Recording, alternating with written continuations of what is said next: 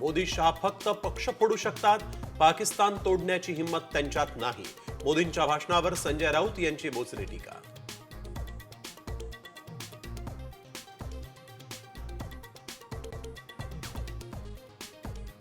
SSC बोर्डाचा 10वीचा निकाल 94.10%. यंदाही मुलींनीच मारली बाजी.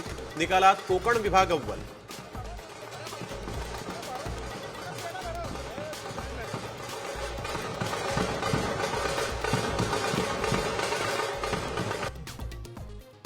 सीबीएसई बोर्डाचा 12वीचा 88.39% निकाल. मुलींची मुलांपेक्षा सरस कामगिरी.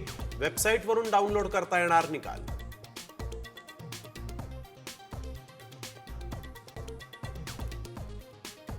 रहिवासी आणि व्यावसायिक इमारतींमध्ये आता ईव्ही चार्जिंग स्टेशन बंधनकारक.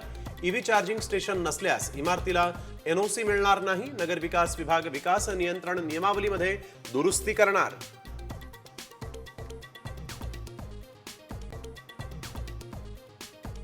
उदय सामंतांनी घेतली राज ठाकरेंची भेट. मनसे लवकरच महायुतीत सहभागी होणार. शिवसेनेसोबत मनसेची लवकरच युती होणार असल्याची सूत्रांची माहिती.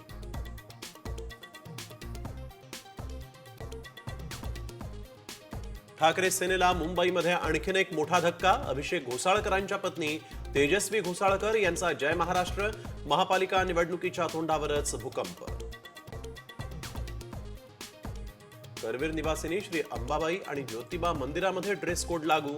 तोकडे कपडे परिधान करून येणाऱ्या भाविकांना प्रवेश नाही.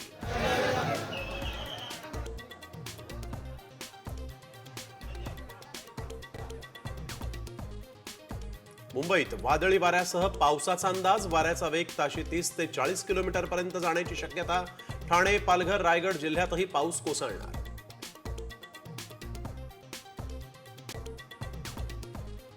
पुढचे 4 दिवस राज्यात मेघगर्जनेसह जोरदार पावसाचा अंदाज.